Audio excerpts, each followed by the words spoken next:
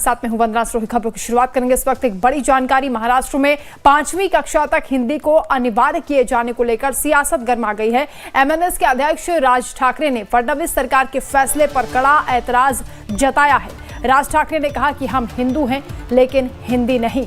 फडणवीस सरकार ने दरअसल महाराष्ट्र में कक्षा 5वीं तक हिंदी पढ़ने को अनिवार्य करने का आदेश जारी किया है और राज्य सरकार के इसी फैसले का महाराष्ट्र नवनिर्माण सेना के अध्यक्ष राज ठाकरे ने विरोध किया है। राज ठाकरे ने बयान जारी करते हुए कहा कि मैं स्पष्ट शब्दों में कहता हूं कि महाराष्ट्र नवनिर्माण सेना इस अनिवार्यता को बर्दाश्त नहीं करेगी। राज ठाकरे ने कहा कि महाराष्ट्र के स्कूलों में हिंदी को अनिवार्य बनाना हम बर्दाश्त नहीं करेंगे। केंद्र सरकार की ये कोशिशें महाराष्ट्र में हिंदी को थोपने की हैं, जो पूरी तरह गलत है। हिंदी राष्ट्रीय भाषा नहीं है बल्कि एक राज्य भाषा है, जैसे कि अन्य भाषाएं हैं।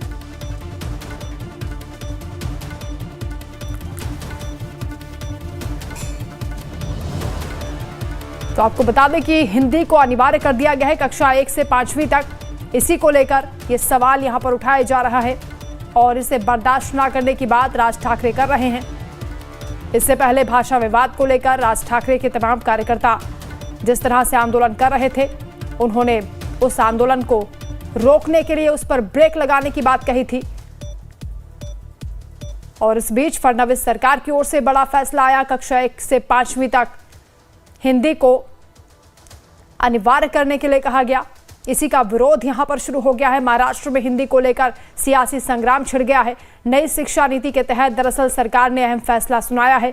इसी को लेकर यह कहा जा रहा है कि हिंदी हम पर थोपी जा रही है। राज ठाकरे कह रहे हैं कि हम हिंदू हैं लेकिन हिंदी नहीं है। हम मराठी भाषा के सम्मान की रक्षा करेंगे।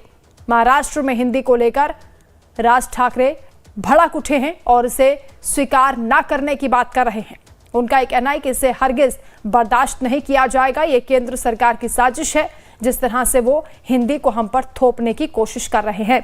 और पोस्ट भी किया गया राज ठाकरे की ओर से कि राज्य स्कूल पाठ्यक्रम योजना 2024 के मुताबिक महाराष्ट्र में पहली कक्षा से ही हिंदी को अनिवार्य कर दिया गया है। मैं स्पष्ट शब्दों में कहता हूं कि महाराष्ट्र नवनिर्माण सेना इस जबरदस्ती को बर्दाश्त नहीं करेगी। नई शिक्षा नीति के तहत सरकार के इस अहम फैसले को उन्होंने ठुकरा दिया और कहा कि हम हिंदू हैं पर हिंदी नहीं है। अगर आप महाराष्ट्र पर हिंदीकरण को थोपने की कोशिश करेंगे तो महाराष्ट्र में संघर्ष अवश्यंभावी है। ये सब देखकर ये स्पष्ट हो जाता है कि सरकार जानबूझकर ये टकराव पैदा कर रही है। तो खुली चुनौती दे रहे हैं राज ठाकरे और कहा कि क्या ये सारी अटकलें आगामी चुनावों में अपने फायदे के लिए मराठी बनाम मराठी संघर्ष पैदा करने के लिए हैं। हर राज्य में केवल उसकी राजभाषा का ही सम्मान होना चाहिए।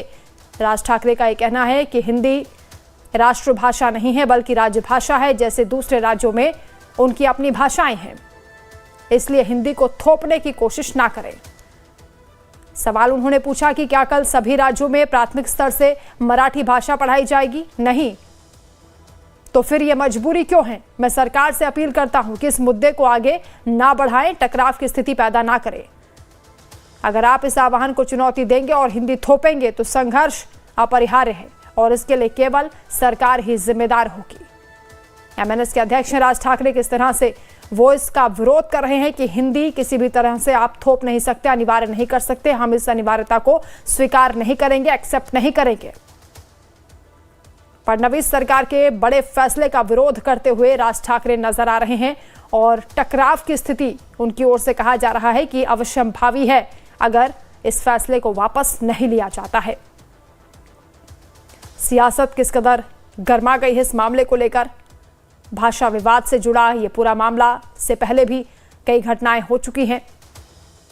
अब हिंदी को अनिवार्य किए जाने पर राज ठाकरे भड़क उठे हैं और साफ कह दिया है कि महाराष्ट्र में हिंदी को आप थोप नहीं सकते। ये साजिश आप बंद कर दीजिए। हिंदी की अनिवार्यता बर्दाश्त नहीं की जाएगी। दरअसल नई शिक्षा नीति के तहत सरकार का यह अहम फैसला सामने आया। किसी पाठ्यक्रम से हिंदी को अनिवार्य भाषा के रूप में पढ़ाया जाएगा कक्षा 1 से लेकर 5वीं तक और इसी का विरोध यहां पर राज ठाकरे करते हुए नजर आ रहे हैं। फडणवीस सरकार के फैसले पर उन्होंने ऐतराज जताया है और इसे वापस लेने की बात कही है।